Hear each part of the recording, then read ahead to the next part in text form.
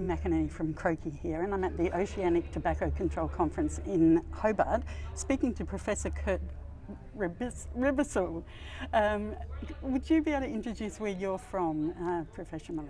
Yes, I'm a professor in the Department of Health Behavior at the UNC Gillings School of Global Public Health in Chapel Hill, North Carolina in the United States. Welcome. Now you spoke this morning in a keynote presentation about how Australia's been at the cutting edge really of tobacco control in some areas, but you said we're very much lagging behind in others, and your recommendation was on 2 points: to have a minimum price, tobacco price, and to do much stronger retail licensing. If we could start with the minimum tobacco price, what is that and how does it work, and why do we need it? Yeah, and you partly need it because of the great successes that you have had in raising taxes higher and in getting the tobacco prices higher. So in response, what the tobacco companies have done is focus more on the discount and the cheaper brands, and they're also promoting them more heavily on the price boards, as we've heard from other researchers at the conference. And this is sort of what they're pushing, is the proliferation of these discount brands at the very low end of the market. And so in response, what you could do to counteract that is put in what's called a floor price or a flat rate minimum price. And so what you could do is you could pick a value, for instance, $20 Australian, $22, something like that, and say no pack of 20 cigarettes could be sold below this minimum floor price. And then what that does is it reduces the really discounted brands, the super discount or super value brands, and it has a greater potential, and those brands are smoked more often by people who have greater economic deprivation or lower SES. And so that way we could actually really reduce the disparities that Australia has, where low-income people smoke at a greater rate than high-income people. So it would help reduce that gap, and it would have an overall effect on reducing smoking. How do we know it will have that overall effect? And how is it not just a way to increase profits for the tobacco industry, which was one of the questions raised? Yeah, so there's been just a really long literature over several decades all across the world, as well as in Australia and New Zealand, showing that when you increase the price, you decrease consumption. So basically, that's what a floor price would do. It was increase the price, so if people were buying a brand for $19 a pack and they're now paying $21, they're getting a $3 price increase.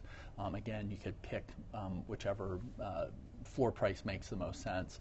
But we know that there's that really strong relationship, that the elasticity of demand, that is when you raise prices and demand drops, we know that that's sort of a constant in tobacco control. It's probably the number one way we reduce tobacco use is through increasing prices. So I'm confident that would work. You raised in the one small disadvantage is that the higher prices, the retailers get to sort of pocket the difference, or the manufacturers do. But the key advantage here is that our goal is really a public health goal, a tobacco control goal, that is to reduce the disparities in tobacco use, the high use rates of low-income populations, and so we think this would effectively do that, and it's okay with that small side effect. And when you say think, is it done anywhere, and to what proof? Yeah, so right now, New York City has done it twice, and so they're really at the cutting edge, and so they banned price discounting, and so there's no buy one get one free or $1 off or $2 off specials there in New York City. In addition, they have a higher tax. They have one of the highest taxes in the U.S. So they're it's a somewhat similar situation to what you have here in New Zealand or Australia, and so by putting a floor price, initially they did one at $10.50 US dollars, and now there's the new one at $13. And so we've seen also lots of other jurisdictions interested, especially in California, are interested in implementing these floor prices as well. We have evidence from some simulation studies that my colleague Dr. Shelley Golden and I have done that suggest that it will have a strong impact on reducing tobacco use, particularly among low-income populations who buy the cheaper brands. So but right now we're now doing a study also to test the real-world impact, which we assume will match what the simulation found. Now with retail licensing, Australia has it fairly not strongly in some states and not at all in some of the more populous ones. Why do you think we need it? And explain the background around that density of retailing issue. Yeah, I think this was one of the bigger surprises on my trip here to learn what's going on, because in so many areas you're so far ahead of the rest of the world with plain packaging, strong pictorial health warnings, high taxes, and so forth. But an area that you're really falling behind in that is really a popular approach to regulation in the United States is the licensing of tobacco retailers. Okay, we're not talking about a manufacturer or a wholesaler. We're talking about the store that is selling to the consumer. And it looks like your 3 most populous states in Australia don't have it, and the other ones that do have it, but they have pretty modest regulation of the retail outlets. So it's called a positive licensing scheme, meaning they have to have a license or a permit to sell tobacco. You typically renew it once a year, and around $200 Australian dollars. But then Tasmania has just gone to one over $700, which is a better, I think, a better approach.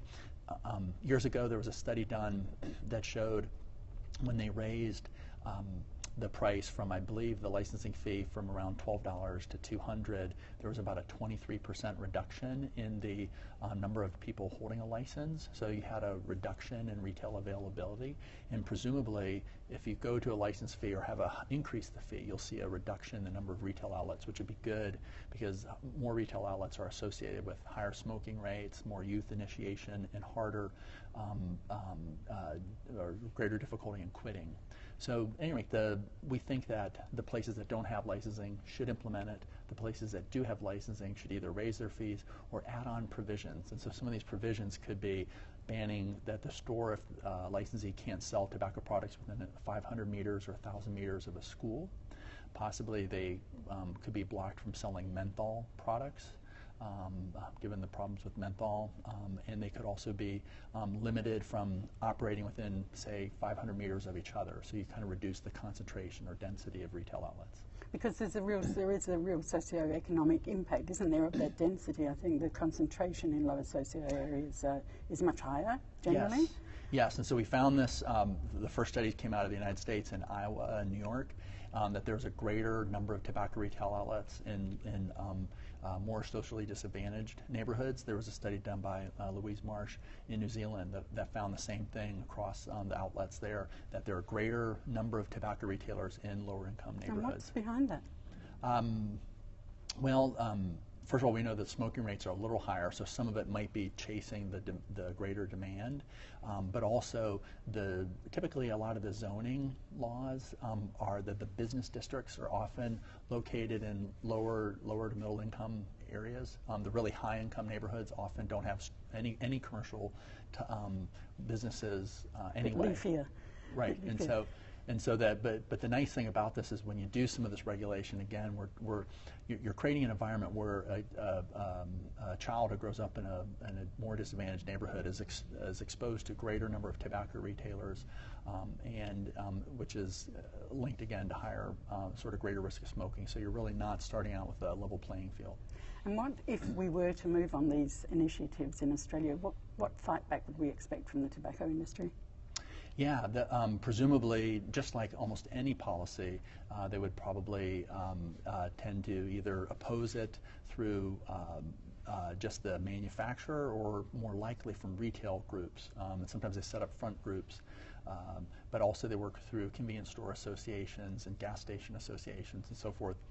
So presumably you would deal with objection, but that's kind of any strategy that you implement, you're going to have the industry objecting to it or trying to fight it, and that shouldn't be a reason to stop it. It was a great presentation, and thank you very much for the time to talk to you. Thank you, my pleasure.